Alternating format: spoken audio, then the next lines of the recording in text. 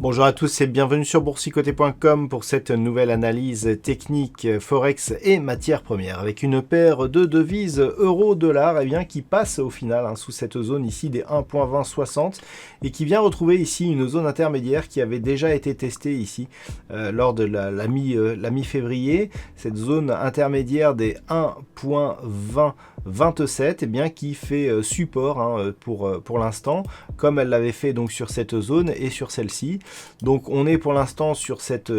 dynamique, mais qui reste relativement forte sur cette tendance court terme, puisqu'on le voit, depuis que l'on est venu ici attaquer la bande de Bollinger inférieure, on a marqué un contact ici sur la zone des 1.2060. Petit rebond technique qui n'a même pas été cherché ici, la moyenne mobile 20 exponentielle, et tout de suite cassure. Et ce qui est très intéressant, c'est que le bougie suivante applique donc et réagisse sur cette zone horizontale comme une résistance. Donc on transforme ici un support en résistance, ce qui est un signal supplémentaire de la possible poursuite de ce mouvement baissier. Donc tant que les cours ici restent dans cette configuration avec la zone des 1.2060 résistance, nous avons un objectif de poursuite sur la zone psychologique ici des 1.20 sur la paire de devises euro-dollar.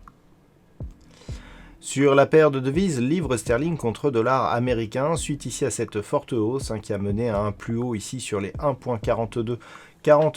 nous avons connu une phase de consolidation avec des cours qui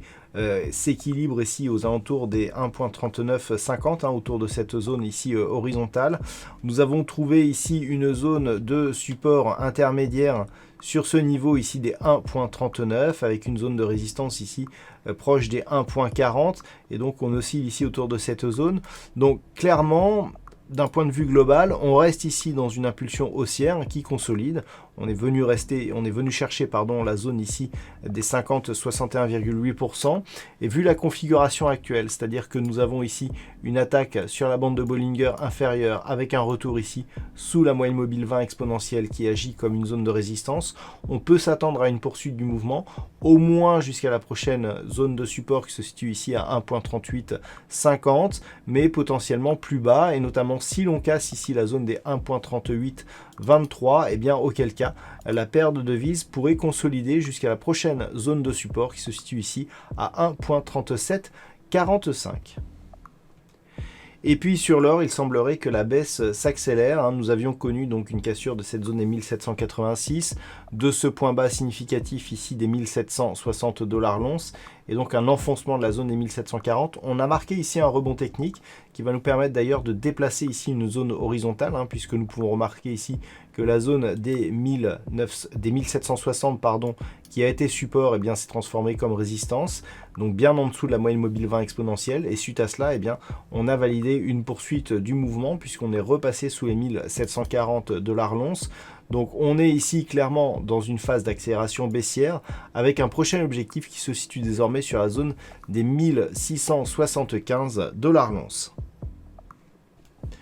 Et puis enfin, concernant le WTI, suite à la dynamique haussière ici qui avait validé la cassure des 61 $ le baril, il semblerait que l'on ait un petit mouvement d'affaiblissement puisque le WTI ici est en train de recasser cette zone ici. Alors on va voir un petit peu si on réintègre le range 57,50-61, si on s'appuie ici sur cette zone horizontale des 58,75 $ le baril, ce qui est tout à fait possible puisque cette zone était précédemment résistance ici, elle s'est depuis transformée en support. Mais en tout cas par rapport à la dynamique haussière que nous avions ces dernières semaines, il semblerait que l'on soit ici sur une phase de temporisation, de neutralisation, puisqu'on a beaucoup moins de dynamique, et notamment depuis que l'on a cassé ici cette zone des 61 $ le baril. Donc pour le moment, on s'inscrit ici dans une neutralisation. Le range élargi ici de neutralisation, il va de cette zone donc des 58,75